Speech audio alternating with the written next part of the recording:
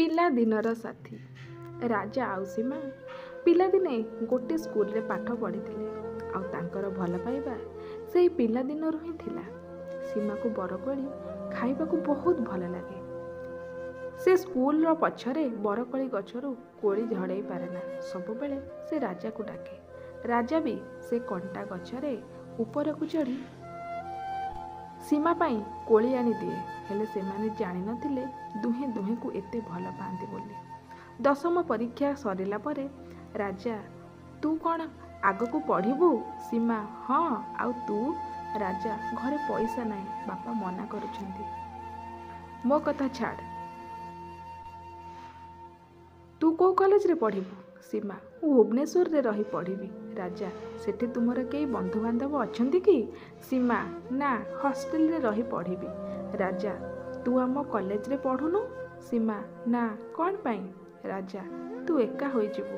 ତୋର ଅସୁବିଧା ହେଲେ ତୁ କାହାକୁ କହିବୁ? ମୁଁ ଜାଣିଛି ତୁ କାହାକୁ କିଛି କହିବୁନି, ଖାଲି କାନ୍ଦିବୁ। ସୀମା, ନା, କାନ୍ଦିବିନି, ଖାଲି ତୋ କଥା ମନେ ପଡ଼ିବ। ରାଜା ମନ ଦୁଃଖରେ, ତୁ ସତରେ ପଳେଇବୁ ନା? ସୀମା, ଏମିତି କ'ଣ କହୁଛୁ? ମୁଁ ଛୁଟି ଦିନରେ ଆସିବି। କିଛି ଦିନ ପରେ ସୀମା ଭୁବନେଶ୍ୱର ପଳାଇଲା। ଦୁଇଜଣ ଦୁହେଁ ଦୁହିଁଙ୍କୁ ବହୁତ ମନେ ପକାଇଲେ। ରାଜା ତା ବିନା ଆଉ ରହିପାରିଲାନି। ସେ ବାପାଙ୍କୁ କହିଲା, ବାପା, ମୁଁ ଭୁବନେଶ୍ୱରରେ କାମ ବୁଝିଛି, ସେଠିକି ଯାଇ ରୋଜଗାର କରିବି। ତା ବାପା ବି ଆଉ ଖଟି ପାରୁନଥିଲେ, ସେଥିପାଇଁ ରାଜି ହୋଇଗଲେ। ରାଜା ସକାଳୁ ସକାଳୁ ବରକୋଳି ଗଛକୁ ଯାଇ କୋଳି ବିଛେଇ ଆଣିଲା, ଆଉ ଭୁବନେଶ୍ୱର ଚାଲିଗଲା। ସେଠି ପହଞ୍ଚି, ଏ ଭାଇ, ଏତେ ବଡ଼ ସହର, କେଉଁଠି ସେ ପାଗିଳି ପଢ଼ୁଛି ଖୋଜିବି। କେମିତି ତାର କଲେଜ ନାଁଟା ମନେ ଥିଲା। ଲୋକଙ୍କୁ ପଚାରି ପଚାରି କଲେଜ ହଷ୍ଟେଲ ପର୍ଯ୍ୟନ୍ତ ପଳେଇ ଆସିଲା।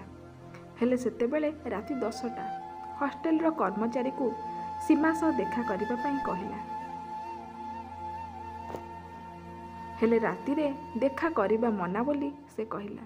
ରାଜା ମନ ବହୁତ ଦୁଃଖ ହେଲା। ତଥାପି ସେ ତା ସୀମାକୁ ଦେଖିବ ବୋଲି ସେଇ ଶୀତ କାକର ଗେଟ୍ ପାଖରେ ଟିକେ ଶୋଇପଡ଼ିଲା। ସକାଳ ହେଲା। ସେ କର୍ମଚାରୀକୁ ପୁଣି ଥରେ କହିଲା। ଏଥର କିନ୍ତୁ ସୀମା ସହ ଦେଖା ହୋଇଗଲା। ସୀମା, ତୁ କେତେବେଳେ ଆସିଲୁ? ରାଜା, ଏବେ ଆସି ପହଞ୍ଚିଲି। ତୋତେ ଛାଡ଼ି ରହିପାରିଲିନି ଲୋ। ହେଇ ଦେଖେ ତୋ ପାଇଁ କ'ଣ ଆଣିଛି। ସୀମା, ମୋ ପସନ୍ଦର କୋଳି। ମୋତେ ମୋ ଗାଁ କଥା ମନେ ପଡ଼ୁଛି। ରାଜା, ତୁ ଆସୁନୁ, ଗାଁକୁ ଯିବୁ। ସୀମା, ରହ, ପରୀକ୍ଷାଟା ସରିଯାଉ। ରାଜା, ମୁଁ କିନ୍ତୁ ଯିବିନି। ତୁ ଯେବେ ଯିବୁ ମୁଁ ଯିବି। ସୀମା, ତୁ ଏଠି କ'ଣ କରିବୁ? ରାଜା, ଆମ ଗାଁ ନନ୍ଦିଆ ମଉସା ଏଠି ଢାବା ଖୋଲିଛନ୍ତି, ମୁଁ ସେଇଠି କାମ କରିବି। ସୀମା, ତୁ ମୋତେ ଏତେ ଭଲ ପାଉ ରାଜା? ରାଜା, ତୁ ପାଗିଳି, ସେ କଥା ଛାଡ଼। ତୋର ଯାହା ଦରକାର ବା ଅସୁବିଧା ହେବ ମୋତେ କହିବୁ। ସେ ଲୁଚି ଲୁଚି ବସି କାନ୍ଦିବୁନି, ହେଲା? କିଛି ଦିନ ପରେ ସୀମାର ଜନ୍ମଦିନ ଥିଲା। ତା ସାଙ୍ଗମାନେ ତାକୁ ବହୁତ ଦାମୀ ଦାମୀ ଜିନିଷ ଦେଲେ। ରାଜା ବି ତାକୁ ଗୋଟେ ଛୋଟ କଣ୍ଢେଇଟେ ଗିଫ୍ଟ ଦେଲା। ସେଠି ସୀମାର ସାଙ୍ଗମାନେ ହସିଲେ ସେ ଗିଫ୍ଟ ଦେଖି। ରାଜା ସେଠୁ ମନ ଦୁଃଖରେ ଚାଲି ଆସିଲା। ସକାଳୁ ଆସି ଦେଖେ ତ ତାର ସେଇ ଛୋଟ କଣ୍ଢେଇ ଗିଫ୍ଟଟି ଡଷ୍ଟବିନ୍ରେ ପଡ଼ିଛି। ତଥାପି ତା ମନରେ ସୀମା ପ୍ରତି ଟିକେ ବି ରାଗ ଆସିନଥିଲା। ମୋ ପାଗିଳିକୁ ପସନ୍ଦ ହେଲାନି ବୋଧେ। କିଛି ଦିନ ଗଲା। ସୀମା ନୂଆ ନୂଆ ସାଙ୍ଗକୁ ପାଇ ଆଉ ନିଜ ଆତ୍ମସମ୍ମାନକୁ ଦେଖି ରାଜାଠାରୁ ଧୀରେ ଧୀରେ ଦୂରେଇବାକୁ ଲାଗିଲା। ଆଉ ଦେଖା ବି ଦେଲାନି, କାହିଁକି ନା ସେ ଗୋଟେ ବଡ଼ଲୋକିଆ ପୁଅକୁ ଭଲ ପାଉଥିଲା।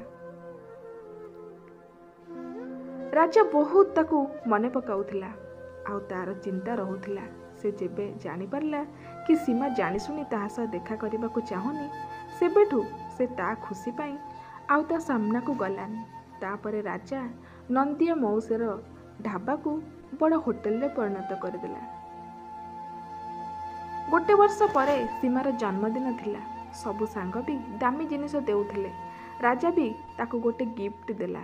ହେଲେ ସୀମା ଆତ୍ମସମ୍ମାନ ଭୟରେ ରାଜାର ଗିଫ୍ଟକୁ ଖୋଲିଲା ନାହିଁ। ସମସ୍ତଙ୍କ ଗିଫ୍ଟ ଖୋଲା ହେଲା, ହେଲେ ରାଜାର ଗିଫ୍ଟ ନ ଖୋଲା ହେବାରୁ ରାଜା ମନ ଦୁଃଖରେ ଚାଲି ଆସିଲା। ତା କିଛି ଦିନ ପରେ କଲେଜରେ ସୀମା ଆଉ ତାର ବୟଫ୍ରେଣ୍ଡ ବହୁତ ବୁଲାବୁଲି କଲେ। ପାଖରେ ବରକୋଳି ଗଛ ଥିଲା। ସୀମା ଜିଦି କଲା ବରକୋଳି ଖାଇବ ବୋଲି।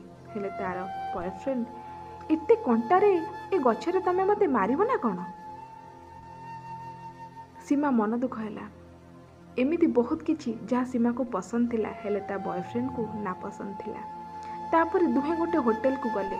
सीमा को जଣା नथिला से होटेल रो मैनेजर राजा थिला बोली। राजा हठात सीमा को अन्य गोटे पिला सह देखी आश्चर्य हो गला। से दिन से जानी पारला कि आउ ता पागिली तार है कि नाही, आउ ताको बहुत कष्ट हैला। से दिन सीमा घर को जाई से गिफ्ट को खोलिबा को गला। से गिफ्ट रे थिला होटेल रो मालिकाना पत्र, सबुठारु दामी उपहार, आउ ता सह गोटे चिठी। चिठी रे लेखा थिला, पागिली तू मो सह देखा करूनु बोली मोर राग अभिमान नाही, हेले तते एका छाड़ीबाकू मते आउ ठीक लागुनी। देख तो पाई कौन पठेइछि, मु जानिछि मो पागिलीटा टिके पैसा लोभी होई गलानी। भविष्यत रे भी मोर सब किछि तोर होइथांता। तो सांग माने को कहि दे तो हीरो सबुठु दामी उपहार देइछि। आज तो जन्मदिन रे सबुठु मु खुशी हेबी। ए सब पढ़ी सीमार आखिरे लुह आसीगला। सेई समय रे राजा आसी पहुँचिला। संगे संगे ताकू छाती रे जाबुडी कहिला, ए पागिली कौन हेछि, कांदुचु काहींकी? मु जानिथिली परा तू कांदिबु पछे मो छड़ा तो दुख को आउ काहाकू कहिबुनु। सीमा कांदिकी मोर ए होटेल दरकार नाही, मते तुमे दरकार। राजा आलो पागिली मो पा तोर, तते छाड़ी मु कौन केबे रही पारिथांती? गाँ को जाइथिली, भाबिली तो पसंदर बरकोली नहीं आसे। एने सेतेबेले झियो बुझीगला कि दामी जिनिस भी निज पसंदर जिनिस आगरे फिका पड़ीगला। आउ तार आत्मसम्मान ता भल पाइबा को बहुत दूर को नहीं जाइथिला। से सबू भूली दुई जण विवाह कले। सबू पसंद जिनिस दामी होई पारे, हेले सबू दामी जिनिस पसंद नुहे। भल पाइबा को हेले प्रथमे आत्मसम्मान को फिंगी दियो, तापरे हृदय रे सच्चा भल पाइबा जाग्रत हेबो। चेष्टा करि देख।